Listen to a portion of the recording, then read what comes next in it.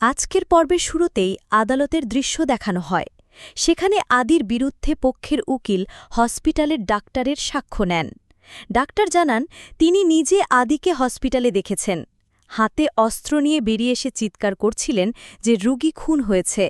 আদির পক্ষের উকিল যুক্তি দেন এতে প্রমাণ হয় না যে খুন তিনিই করেছেন, তবে বিপক্ষের উকিল সিসিটিভি ফুটেজ উপস্থাপন করার অনুমতি চান। ফুটেজে দেখা যায় আদি হসপিটালে প্রবেশ করেছে, আবার অস্ত্র হাতে বেরিয়েও এসেছে। এমনকি আরেকটি ফুটেজে দেখা যায় আদি ও শুভ ছদ্মবেশে একাধিকবার হসপিটালে প্রবেশ করেছে। এরপর আদিকে প্রশ্ন করা হয় সে স্বপনকে চেনে কিনা। আদি জানায় হ্যাঁ, স্বপন তার স্ত্রীর শৈশবের বন্ধু। বিপক্ষ উকিল স্বপনের কল লিস্ট দেখায় যেখানে শুভর নাম্বার বারবার পাওয়া গেছে। আদি জানান নম্বরটি তার স্ত্রীর নিউ ইয়র্কের নম্বর। উকিল অভিযোগ তোলেন শুভ প্রায় প্রতিদিন রাতেই স্বপনকে ফোন করতেন, ফলে তাদের মধ্যে সম্পর্ক ছিল। এই নিয়ে আদির আগের মাথায় খুন করেছে। এই কথা শুনে আদি ক্ষোভে বলেন সবই মিথ্যে, আমি আমার স্ত্রীকে ভালো করেই চিনি, ও এমন কাজ করতে পারে না। বিপক্ষ উকিল স্বপ্নাকে সাক্ষ্য দিতে ডাকে। স্বপ্না জানায় শুভ নিয়মিত স্বপনের সাথে যোগাযোগ করত এবং প্রায়ই হসপিটালে যেত। এই নিয়ে শুভর সঙ্গে তার ঝামেলাও হয়েছিল। স্বপ্নার মুখে এসব শুনে শুভ হতভম্ব হয়ে যায় এবং মনে মনে বলে স্বপ্না এত মিথ্যে কথা কিভাবে বলতে পারল।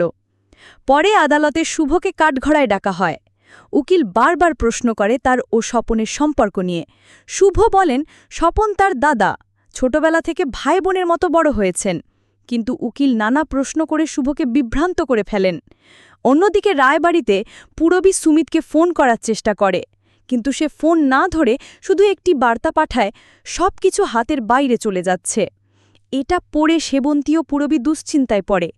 ঠিক তখনই দুই প্রতিবেশী মহিলা এসে আদি ও শুভকে নিয়ে নানা রকম কটু কথা বলতে থাকে। ডোনা সেই কথার সাথে সায় দেয় শুভদি কারও কথা শোনে না, নিজের ইচ্ছে মতো কাজ করে। প্রতিবেশীরা তখন বলতে থাকে আমরা ওকে ভালো ভেবেছিলাম, কিন্তু ভুল হয়েছিল। এমন সময় পিসি ঠাম্মি এসে প্রতিবেশীদের কথার সাথে সম্মতি জানায়। শেষে আবার আদালতের দৃশ্য।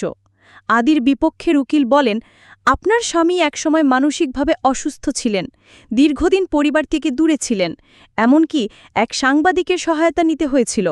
সম্ভবত সেই মানসিক ভারসাম্যহীনতার কারণেই খুন হয়েছে। এই যুক্তি শুনে আদালতে উপস্থিত সবাই অবাক হয়ে যায়। সাংবাদিকরাও গুঞ্জন শুরু করে এ আবার কেমন কেস। তো দর্শক, এই ছিল গৃহপ্রবেশ ধারাবাহিকের আজকের আপডেট। পরবর্তী আপডেট সবার আগে পেতে আমাদের চ্যানেলটি এখনই সাবস্ক্রাইব করুন।